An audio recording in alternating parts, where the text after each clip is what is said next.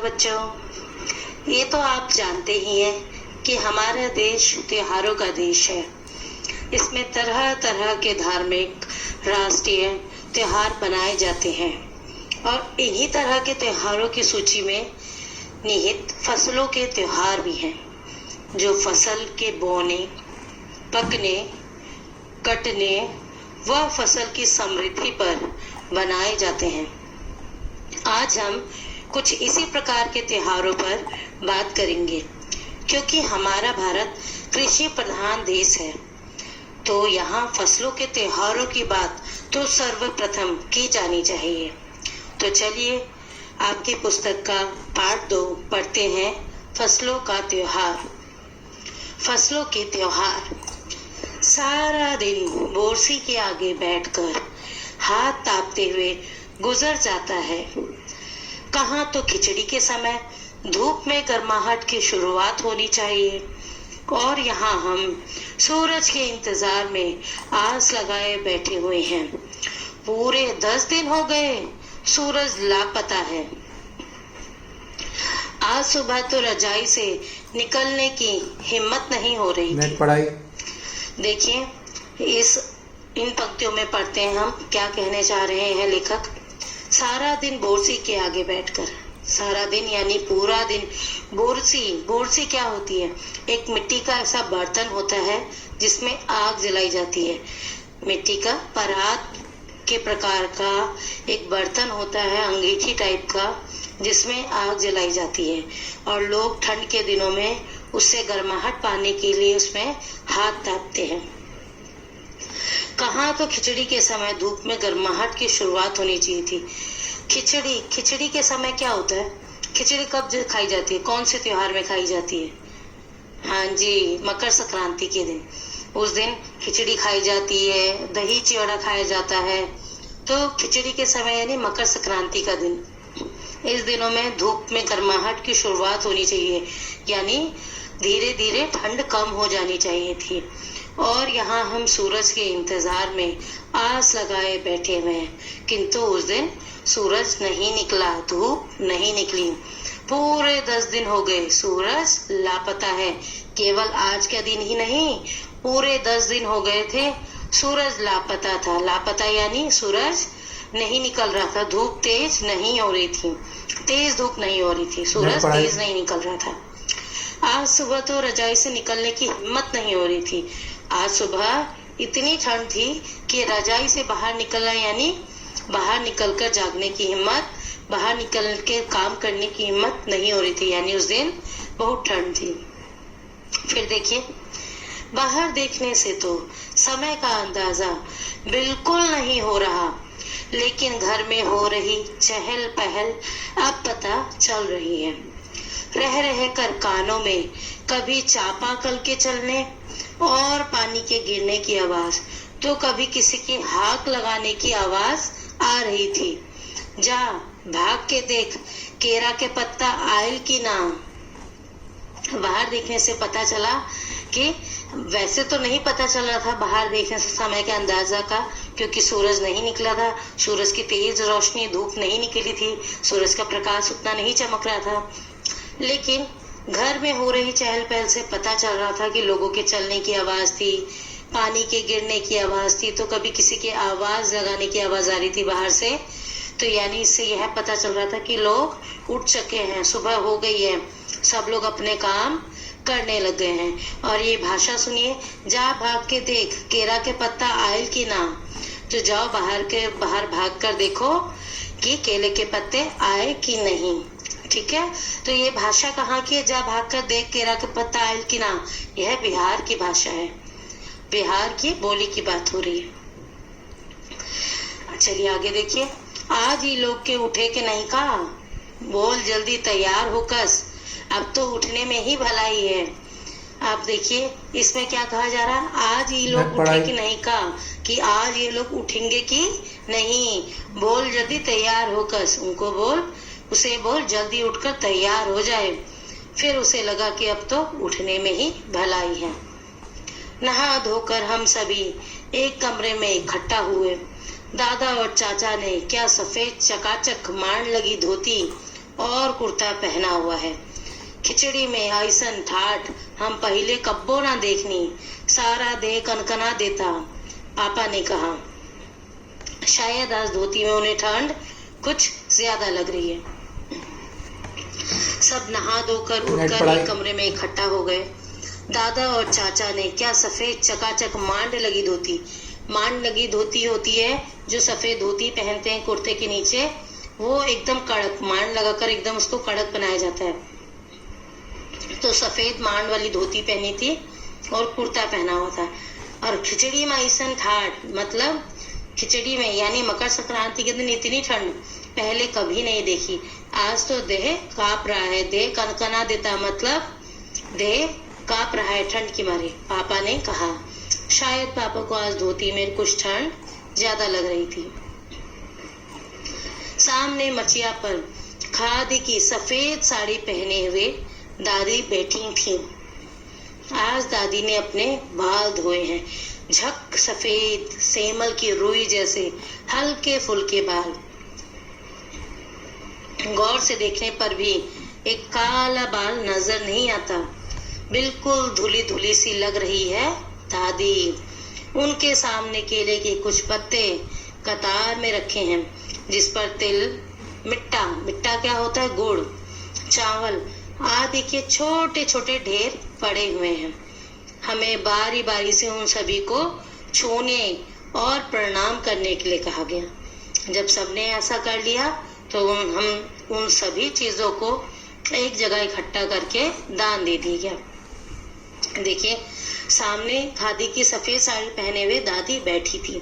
आज दादी ने अपने बाल धोए हैं। चूंकि दादी बहुत बूढ़ी थी तो उनके बाल बहुत सफेद हो गए थे और एक भी बाल ढूंढने पर नजर नहीं आता था, इसलिए उनके बाल एकदम रुई की तरह सफेद चमक रहे थे और बिल्कुल दादी धुली धुली सी यानी बहुत साफ सुथरी लग रही थी।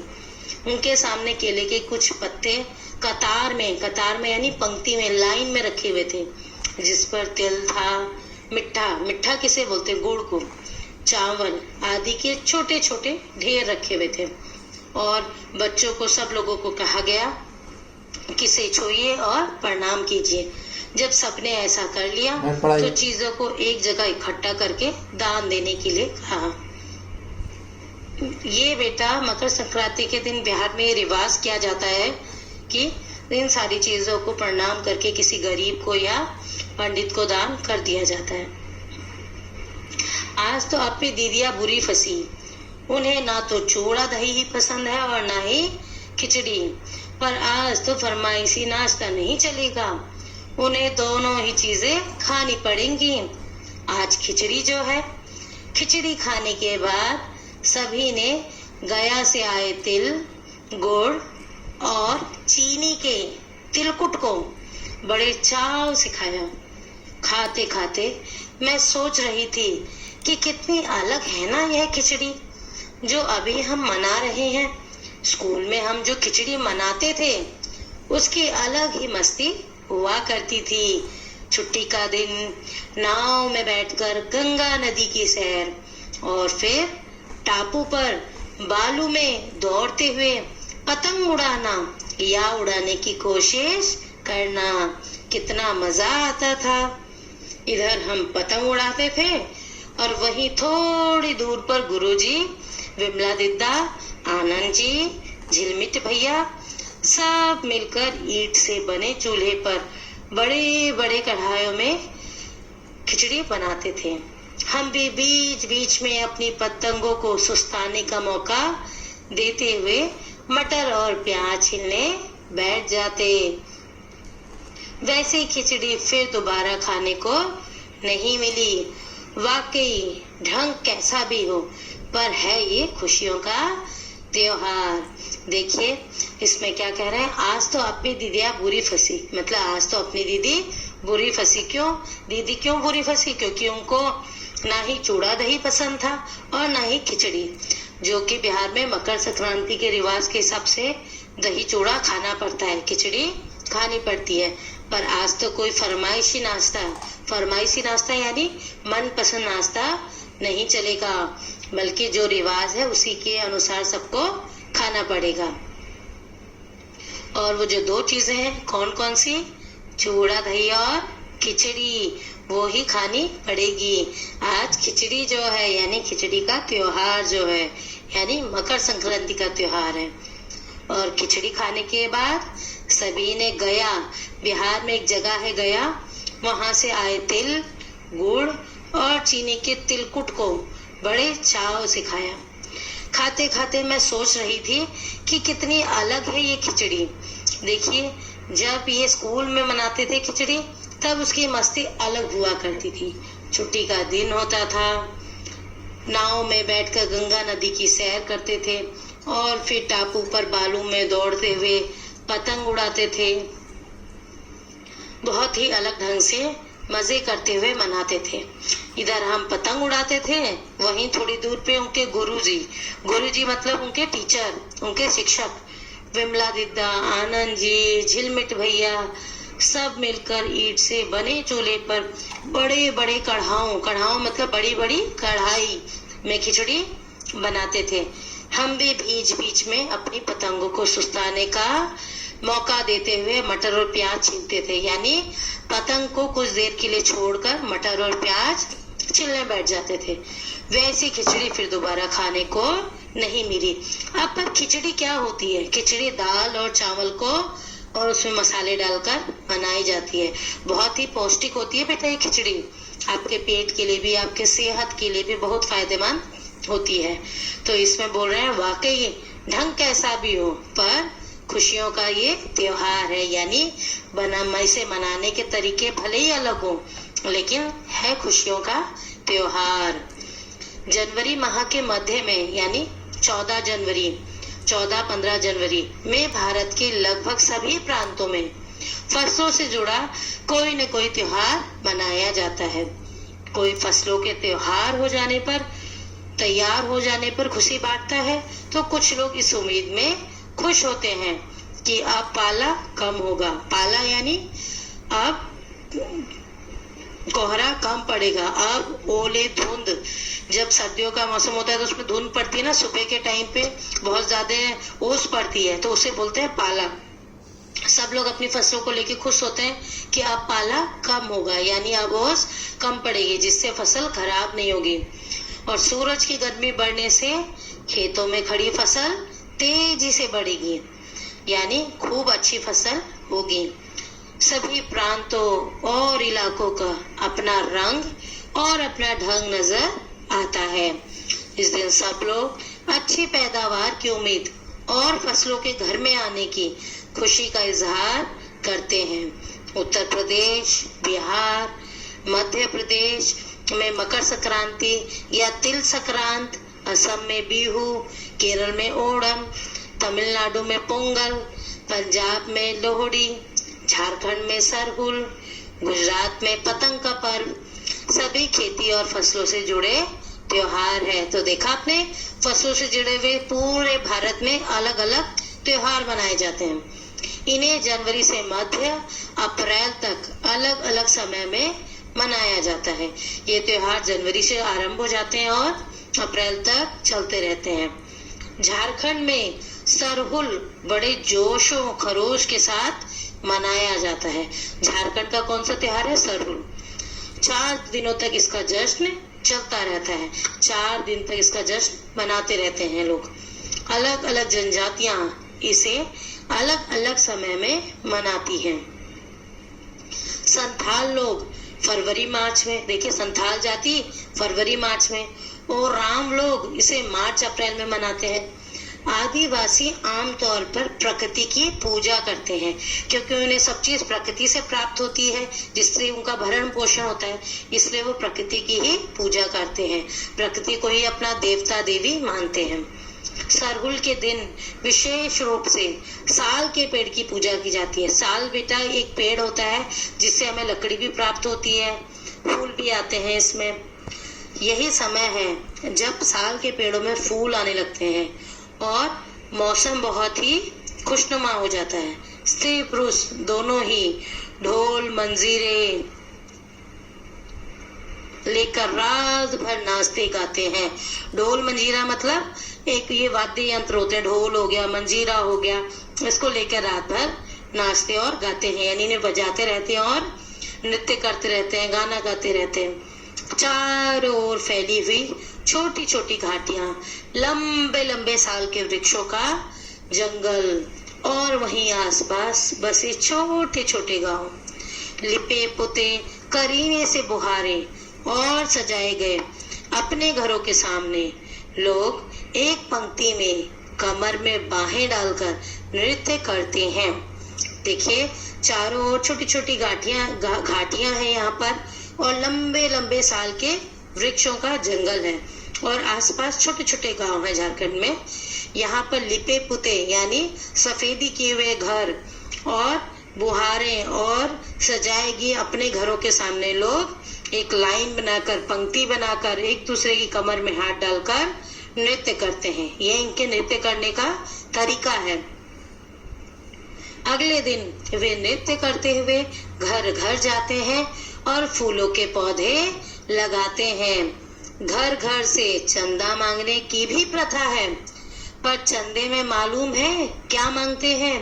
मुर्गा, चावल और मिश्री। फिर चलता है खाने पीने और खेलों का दौर। तीसरे दिन जाकर पूजा होती है, जिसके बाद लोग अपने कानों में सरई का फूल पहनते हैं। तो देखिए यहाँ पर जब ये लोग नृत्य करते हैं, अगले दिन वे नृत्य करते करते सबके घर जाते हैं और फूलों के पौधे लगाते हैं। उनके घर में फूलों के पौधे लगाते हैं। देखिए प्रकृति से जोड़ने का बहुत अच्छा तरीका है, हरियाली फैलाने का बहुत अच्छा तरीका है कि हर जगह घर जाके पौधे लगाते हैं। तो हर किसी के घर में पौधों में वृद्धि होती है और घर घर से चंदा भी मांगते हैं। चंदा क्या होता है? चंदे में किसी से कुछ मांगना। तो देखिए क्या मांगते हैं चंदे में? पैसा नहीं मांगते, वो मांगते हैं मुर्गा, चावल और मिश्री। मुर्गा, चावल, फिर इन सब से मिलकर ये इन सब चीजें जो लाता है सब मिलकर उसे खाते हैं, पीते हैं और खेलते हैं साथ में। और तीसरे दिन पूजा होती है, जिसके बाद लोग अपने कानों में सरई का फूल पहनते हैं। सरई का एक फूल होता है, वह अपने कानों में लगाते हैं। इसी दिन से वसंत ऋतु की शुरुआत मानी जाती है। धान की भी पूजा होती है। पूजा किया हुआ आशीर्वादी धान अगली फसल में बोया जाता है। देखिए इसी दिन से वसंत ऋतु की शुरुआत मानी जाती है। धान की भी पूजा की जाती है और पूजा क्या हुआ, जो आशीर्वादी धान होती है, धान एक फसल होती है, उसी धान को जो पूजा में रखा हुआ है अगली फसल में बोया जाता है। इस तरह मान्यता है कि उसमें भगवान का आशीर्वाद होता है, जिसकी वजह से अगले साल फसल धान की बहुत अच्छी होगी, इसलिए उन्हें अगली फसल में बोते हैं उस धान को। तमिलनाडु में मकर संक्रांति या फसलों से जुड़ा त्योहार पोंगल के रूप में मनाया जाता है। इस दिन खरीफ की फसलें चावल, अरहर आदि कटकर घरों में पहुंचती है। लोग नए धान कूटकर चावल निकालते हैं। हर घर में मिट्टी का नया मटका लाया जाता है, जिसमें नए चावल, दूध और गुड़ डालकर उसे पकाने के लिए धूप में रख देते हैं। हल्दी शुभ मानी जाती है, इसलिए साबुत हल्दी को मटके के मुंह के चारों ओर बांध देते हैं। यह मटका दिन में 10:30-12 बजे तक धूप में रखा जाता है। जैसे ही दूध में उफान आता है और दूध चावल मटके से बाहर गिरने लगता है, तो पोंगला पोंगल, पोंगला पोंगल, खिचड़ी में उफान आ गया के स्वर सुनाई देते हैं।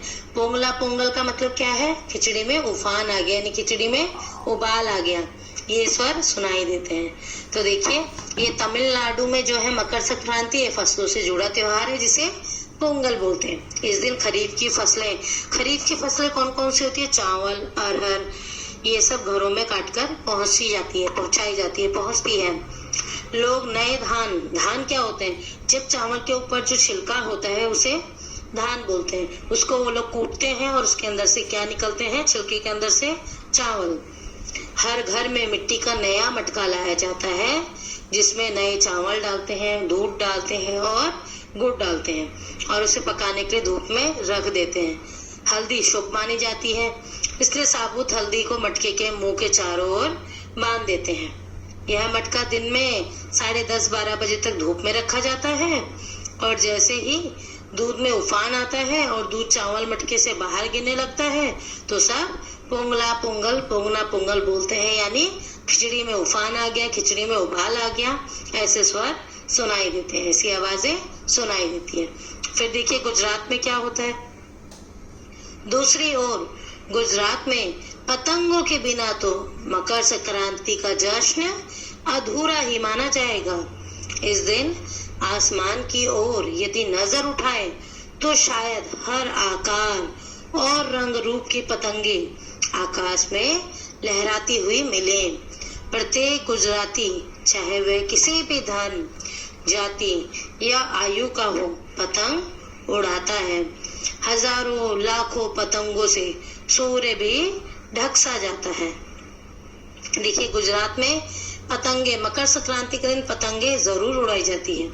इस दिन यदि आप आसमान में देखें तो हर तरह की पतंगे आपको आकाश में लहराती हुई मिलेंगी। प्रत्येक गुजराती, जो गुजरात में रहने वाले व्यक्ति, चाहे वो किसी भी धर्म का हो, जाति का हो या उम्र का हो, पतंग जरूर उड़ाते हैं और हजारों लाखे पतंगे सूर्य को भी ढक सी देती है, यानी पूरे आसमान में सूर्य की बजाय पतंग ही पतंग दिखाई देती है। इतना भर जाता है आसमान पतंगों से कि सूर्य भी ढक जाता है। फिर देखिए कुमाऊं में क्या होता है। कुमाऊं बेटा उत्तराखंड में है। उत्तराखंड जो राज्य है उसमें देखिए मकर संक्रांति कैसे बनाते हैं। कुमाऊं में मकर संक्रांति को घुघुतिया भी कहते हैं। इस दिन आटे और गुड़ को गूंदकर पकवान बनाए जाते हैं। इन पकवानों को तरह तरह के आकार दिए जाते हैं। इन्हें डमरू, तलवार, दाड़िम का फूल आदि। पकवान को तलने के बाद तेल में तला जाता है। ये जो बनाए जाते हैं घुघुत, एक माला में पिरोया जाता है। माला के बीच में संतरा और गन्ने की गंढेरी पिरोई जाती है। यह काम बच्चे बहुत रुचि और उत्साह के साथ करते हैं। सुबह बच्चों को माला दी जाती है। बहुत ठंड के कारण उत्तराखंड में जो पक्षी पहाड़ों से चले जाते हैं उन्हें बुलाने के लिए बच्चे इस माला से पकवान तोड़ तोड़ कर पक्षियों को खिलाते हैं और गाते हैं। देखिए क्या खिलाते हैं उन पक्षियों को बुलाने के लिए, क्या गाना गाते हैं। कौवा आओ घुघुत आओ, ले कौवा बड़ो, मके देजा सोनो का घड़ो, खाले पूरी, मके देजा सोने की छुरी। इसके साथ ही जिस चीज की कामना हो वह मांगते हैं। घुघुत एक पक्षी होता है उत्तराखंड में जिसको वो लोग बुलाते हैं। और ये जो घुघुत बनाए हुए होते हैं, ये खाने की चीज को भी घुघुत कहा जाता है, जो आटे और गुड़ का बनाया जाता है। तो उसे दिखाकर और पकवान बनाकर, पूरी बनाकर, हलवा बनाकर, उन्हें बनाकर कौवों को दिया जाता है और बोलते हैं कौवा आओ घुघुत आओ, ले कौवा बड़ो। बड़ो क्या होता है, काली उड़द की दाल होती है, उसे भिगाकर उसको पीस कर उसकी पकौड़ियां बनाई जाती हैं। उन पकौड़ियों को उत्तराखंड में बोला जाता है बड़ या बड़ो। तो बोलते हैं ले कौवा बड़ो, यानी कौवा उस बड़ को, उस उड़द की दाल की पकौड़ी को खा लो। मके दे जा सोनो को घड़ो, और मुझे दे जा सोने का घड़ा। खा ले पूरी, खा लो तुम पूरी, और मुझे दे जाओ सोने की छुरी, मतलब सोने का चाकू मुझे दे जाओ। और इसके साथ ही वो जिस चीज की कामना होती है वह मांगते हैं। है ना कितने अलग अलग अंदाज मकर संक्रांति को मनाने के। देखिए त्योहार एक ही मकर संक्रांति, किंतु हर राज्य में, भारत के हर कोने में अलग अलग तरीकों से इन्हें मनाया जाता है और इनके नाम भी अलग अलग है। कहीं दूध चावल और गुड़ की खीर बनती है तो कोई 5 प्रकार के नए अनाज की खिचड़ी बनाता है। कहीं कहीं लोगों का सैलाब नदी में स्नान करने के लिए उमड़ पड़ता है, क्योंकि गंगा नदी, ये जो भी धार्मिक नदियां हैं, पवित्र नदियां हैं, इसमें स्नान करने से, इसमें नहाने से यह माना जाता है कि सारे पाप उतर जाते हैं। इसीलिए लोग मकर संक्रांति के दिन स्नान करने नदी में नहाने के लिए भी आते हैं। लोग ठंड से ठिठुरते रहेंगे पर बर्फीले पानी में कम से कम एक डुबकी तो जरूर लगाएंगे, यानी केवल कम से कम एक बार तो जरूर नहाएंगे वो, भले ही कितनी ही ठंड हो। हाल यह होता है कि इन जगहों पर तिल रखने की भी जगह नहीं होती। तिल रखने की जगह से क्या तात्पर्य है यहाँ पर, यानी इतनी इतनी कम जगह भी नहीं मिलती कि वहां पर इंसान जाने की बात तो दूर, आप एक तिल का दाना भी नहीं रख सकते, यानी वहां पर इतनी भीड़ रहती है। तिल से याद आया, मकर संक्रांति के दिन पानी में तिल डालकर स्नान करना, तिल दान करना, आग में तिल डालना, तिल के पकवान बनाना विशेष महत्व रखता है। यानी मकर संक्रांति के दिन तिल का बहुत महत्वपूर्ण स्थान है। तुम्हारे घर या इलाके में इस त्योहार को कैसे मनाया जाता है? इसे खिचड़ी, पोंगल, मकर संक्रांति या कुछ और कहा जाता है, या तुम फसलों से जुड़े कोई और त्योहार मनाती हो। यदि तुम आपस में बात करो तो तुम्हें यह जानकर हैरानी होगी कि कई बार एक ही इलाके में रहने वाले लोग भी इस त्योहार को अलग अलग ढंग से मनाते हैं। तो यह था हमारा पाठ। और उत्तराखंड में इसी प्रकार एक फसल का त्योहार हरेला भी मनाया जाता है, जो कि आपका जुलाई में मनाया जाता है। यह त्योहार भी फसल की समृद्धि हेतु मनाया जाता है। कुछ इसी प्रकार के त्योहारों में शामिल वंगाला, लोहड़ी, बैसाखी, बिहू, गुड़ी पड़वा आदि भी है। अब मैं आशा करती हूँ कि इस पाठ से आप सबको फसल के त्योहारों के बारे में काफी जानकारी मिली होगी। अब हम आइए इस पाठ का अभ्यास कार्य देखते हैं। तो चलिए पहले आइए मौसम के अंदाज पर। पहला, खिचड़ी में ऐसन जाड़ा हम पहले कब्बो ना देखनी। यहाँ तुम खिचड़ी से क्या मतलब निकाल रही हो? अब देखिए यहाँ पर ये एक वाक्य बोला था, खिचड़ी में ऐसा जाड़ा, यानी ऐसी ठंड हमने कभी नहीं देखी। अगर मैं आपको यह नहीं बताती कि खिचड़ी मकर संक्रांति का त्योहार होता है, तो आप खिचड़ी से क्या मतलब निकालते हैं, या आप खिचड़ी का क्या मतलब निकाल रहे हो? मकर संक्रांति, बिल्कुल। मकर संक्रांति के अलावा आप क्या और मतलब निकाल रहे हो इसका? ठीक है, चलिए बताइएगा। क्या कभी ऐसा हो सकता है कि सूरज बिल्कुल ही ना निकले? क्या ऐसा हो सकता है? अगर ऐसा हो गया तो लिखिए क्या होगा। अपने साथियों के साथ बातचीत करना, फिर लिखना। तीसरा प्रश्न देखिए, बाहर देखने से समय का अंदाजा क्यों नहीं हो पा रहा था? और जिनके पास घड़ी नहीं होती वे समय का अनुमान किस तरह से लगाते हैं? आजकल तो आपके पास देखिए मोबाइल है, आप उसमें समय देख लेते हो, घड़ी है हाथ पे पहनने वाली, उसमें देख लेते हो, घर में लगाने वाली दीवार खड़ी है, उसमें आप टाइम देख लेते हो। लेकिन जब ये सारी चीजें नहीं होती थी, मोबाइल, घड़ी, दीवार घड़ी, हाथ की घड़ी, तो लोग कैसे अनुमान लगाते होंगे? सोचिए और लिखिए। ये बिल्कुल सही, लोग मुर्गे की बांग सुबह 4 बजे अगर मुर्गा बांग देता था कुकड़ू को, तो समझ जाते थे सुबह हो गई। इसी प्रकार आपको सोचना है और लिखना है। फिर देखिए, तुम्हारी जुबान, यानी आपकी जुबान, आपकी भाषा में इन वाक्यों को किस तरह बोलेंगे। जैसे देखिए, आज ये लोग के उठे के नहीं का, आज इन लोगों को उठना नहीं है क्या? अगर आप पंजाबी हो तो पंजाबी में बताइए कैसे बोलेंगे। अगर आप उत्तराखंड के हो तो आप अपनी कुमाऊनी भाषा में, गढ़वाली भाषा में बताइए कि इसे कैसे बोलेंगे। खा देखिए, जा भाग के देख केरा के पत्ता आई कि ना, ये तो है आपकी बिहार की भाषा। आपको अपने राज्य की या अपने घर की भाषा इसमें लिखनी है। इस वाक्य को अपने घर की भाषा में लिखना है। ठीक है बेटा, चलिए आप देखिए, भारत तेरे रंग अनेक, यानी भारत एक देश है लेकिन यहाँ के रंग अनेक है। यहाँ इतने सारे त्योहार है, इतनी सारी विविधता है। देखिए, विविधता हमारे देश की पहचान है। विविधता मतलब यहाँ विभिन्नताएं, अलग अलग चीजें। फसलों के त्योहार हमारे देश के विविध रंग रूपों का एक उदाहरण है। नीचे विविधता के कुछ और उदाहरण दिए गए हैं। 5-5 बच्चों का समूह एक एक उदाहरण ले और उस पर जानकारी इकट्ठी करे। जानकारी चित्र, फोटोग्राफ, कहानी, कविता, सूचना परक सामग्री के रूप में हो सकती है। हर समूह इस जानकारी को कक्षा में प्रस्तुत करे। ठीक है, आपको भाषा, कपड़े, नया वर्ष, भोजन, लोक कला, लोक संगीत, किसी के बारे में आप बताइए। हर समूह ये जानकारी एकत्रित करे। ठीक है, चलिए अब दूसरे पे आते हैं। तुम्हें कौन सा त्योहार सबसे अच्छा लगता है? और क्यों? और इस दिन तुम्हारी दिनचर्या यानी आपका रूटीन, उस त्योहार के दिन आप क्या क्या करते हैं पूरे दिन भर, वो आपको बताना है कि आपकी दिनचर्या क्या रहती है। अब आते हैं हम अन्न के बारे में। अन्न क्या होता है? अनाज जो आप खाते हो। गेहूं खाते होंगे, चावल खाते होंगे, मंडवा खाते होंगे, मक्का खाते होंगे, ज्वार, बाजरा, है ना। इसी प्रकार हम बात करते हैं अन्न के बारे में। कब? फसल के त्योहार पर तिल का बहुत महत्व होता है।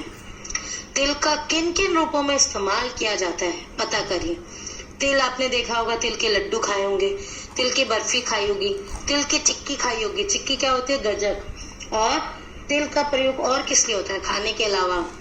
बिल्कुल सही, आप तिल का प्रयोग पूजा में भी करते हो। तिल के तेल का प्रयोग अपने शरीर पे लगाने के लिए भी करते हो। तिल का प्रयोग पूजा में भी करते हो। तो आप और तरीकों का पता करो और बताइए तिल का किन किन रूपों में इस्तेमाल किया जाता है। ठीक है, अब आते हैं ख पर। क्या तुम जानती हो कि तिल से तेल बनता है? और किन चीजों से तेल बनता है और कैसे? हो सके तो तेल की दुकान में जाकर पूछो। आपके वहां पर कोई तेल की दुकान होगी जहाँ पर तेल निकलता है। कोल्हू की दुकान भी बोलते हैं उनको कई बार। वहां पर किस किस चीजों का तेल बन रहा है आप देखिए। सरसों का तेल, गोले का तेल, तिल का तेल, है ना। तो ऐसे सोचिए और जाकर पूछिए और लिखिएगा। ठीक है, और कैसे बनता है ये भी बताइएगा। अब किसान और चीजों का सफर, कि कैसे किसान सारी चीजें इकट्ठी करता है, उगाता है, काटता है फसल और हम तक पहुंचाता है। तो इस सफर पे बात करते हैं। किसान और खेती बहुत से लोगों की जानी पहचानी दुनिया का हिस्सा नहीं है। जो शहरों में रहने वाले लोग हैं, ना ही वो किसान को जानते हैं और ना ही उनको खेती का तरीका मालूम है। उनको तो यहाँ तक नहीं मालूम कि कौन सी चीज का पौधा होता है, कौन सी चीज मिट्टी के अंदर होती है, कौन सी चीज मिट्टी से ऊपर होती है, किसका जड़ इस्तेमाल होती है, किसका तना इस्तेमाल होता है। तो और उनको कौन सी रबी की फसल होती है, कौन सी खरीफ की फसल होती है, कुछ मालूम नहीं होता है। विशेष रूप से शहर के ज्यादातर लोगों को यह एहसास नहीं है कि हमारी जिंदगी किस हद तक इनसे जुड़ी हुई है। देश के कई हिस्सों में आज किसानों को जिंदा रहने के लिए बहुत मेहनत और संघर्ष करना पड़ रहा है। अगर यह जानने की कोशिश करें कि हम दिन भर जो चीजें खाते हैं वे कहाँ से आती हैं, तो किसानों को हमारी जिंदगी में भूमिका को हम समझ पाएंगे। आलू की पकौड़ी, बर्फी और आइसक्रीम, इन तीन चीजों के बारे में नीचे दिए गए बिंदुओं को ध्यान में रखते हुए जानकारी इकट्ठी करो और मेरी कहानी के रूप में उसे लिखो। किन चीजों से बनती है? क्या क्या? आलू की पकौड़ी, बर्फी और आइसक्रीम। आलू की पकौड़ी किससे बनती है? आलू से। बर्फी किससे बनती है? दूध की, मावे की, खोए की, काजू की, किसी की भी बन सकती है। आइसक्रीम दूध की, है ना। तो आपको बताना है किन चीजों से बनती है, इन चीजों का जन्म कहाँ होता है, यानी इनका जन्म कैसे हुआ, कहाँ हुआ, हम तक पहुंचने का उनका सफर क्या है और किन किन हाथों से होकर हम तक पहुंचती है। जैसे देखिए, आलू किसान बोता होगा, फिर उसे निकालता होगा, फिर उसे बेचता होगा बाजार में, मंडी में आता होगा, फिर बाजार में आता है, फिर बाजार से हम तक आता है। तो इस प्रकार आपको उनका सफर पता करना है और किन किन हाथों से होकर हम तक पहुंचती है। इस पूरे सफर में किन लोगों की कितनी मेहनत लगती है, इन लोगों में से किसको कितना मुनाफा मिलता है। मुनाफा यानी फायदा। अगले वर्ष कक्षा 6 में सामाजिक एवं राजनैतिक जीवन के बारे में पढ़ोगी तो ऊपर लिखे सफर में शामिल लोगों की दिनचर्या पता करने का मौका भी आपको मिलेगा। खास पकवान। अब आते हैं हम खास पकवान पर। गया शहर तिलकुट के लिए भी प्रसिद्ध है। हमारे देश में छोटी बड़ी ऐसी कई जगह हैं जो अपने खास पकवान के लिए मशहूर है। अपने परिवार के लोगों से पता करके उनके बारे में बताओ। जैसे सबसे सरल उदाहरण मैं आपको बताती हूँ, आगरा का पेठा। सुना है आगरा का पेठा? बहुत मशहूर है ना। उसी प्रकार आपको बताना है। जैसे मथुरा के पेड़े, वो भी मशहूर है ना, आपको पसंद होंगे। तो इसी प्रकार आप अपने परिवार के लोगों से पता करना और बताना। फिर दूसरा प्रश्न देखिए, पिछले 2 वर्षों में तुमने काम वाले शब्दों के बारे में जाना। काम वाले शब्द कौन से होते हैं? क्रिया, बिल्कुल सही। इन शब्दों को क्रिया भी कहते हैं। क्रिया यानी कोई भी काम करना, क्योंकि क्रिया का संबंध कोई काम करने से। नीचे खिचड़ी बनाने की विधि दी गई है, इसमें बीच बीच में कुछ क्रियाएं छूट गई हैं। उचित क्रियाओं का प्रयोग करके इसे पूरा करो। देखिए, नीले रंग के आयताकार बक्से में आपकी क्रियाएं दी गई हैं। छौंकना, पीसना, पकाना, धोना, परोसना, भुनना। अब आपको बंगाली खिचड़ी बनानी है। खिचड़ी को बंगाली में खिचड़ी बोलते हैं। 5 व्यक्तियों के लिए बनानी है। सामग्री आपको दी गई है, अदरक, लहसुन, इलायची के दाने, दालचीनी, पानी, मूंग दाल, सरसों का तेल, तेज पत्ते, जीरा, प्याज बारीक कटा हुआ, चावल धुले हुए, फूल गोभी बड़े बड़े टुकड़ों में कटी हुई, आलू छीलकर 4-4 टुकड़ों में कटे हुए, मटर के दाने, धनिया पिसा हुआ, लाल मिर्च पिसी हुई, चीनी, घी, नमक और हल्दी। वाह, इतने में तो बहुत अच्छी खिचड़ी, बहुत स्वादिष्ट खिचड़ी बन सकती है। तो आपको पढ़ना है और इसमें क्रिया लिखनी है। विधि पढ़िएगा ध्यान से और इसके अंदर जो क्रिया शब्द दिए हैं वो छाट कर लिखिएगा। और छुट्टी के दिन घर में ऐसी खिचड़ी बनाने में बड़ों की मदद करो। आपको पूरे इसमें विधि दी गई है, सामग्री दी गई है, आप इसमें बड़ों की मदद करना खिचड़ी बनाने में और उनको यह विधि बताना जरूर, ठीक है। और खाने से जुड़ी कुछ अन्य क्रियाएं भी आपको सोचनी है और ये गर्मा गर्म खिचड़ी बनाकर खानी है। मम्मी पापा से बनवाकर मम्मी की मदद करनी है और ये खिचड़ी विधि बनाकर फिर इस विधि से खिचड़ी बनाकर खानी है। फिर आपको कैसी लगी बताइएगा जरूर, ठीक है। फिर मिलेंगे अगले पाठ के साथ, तब तक धन्यवाद। नेट पढ़ाई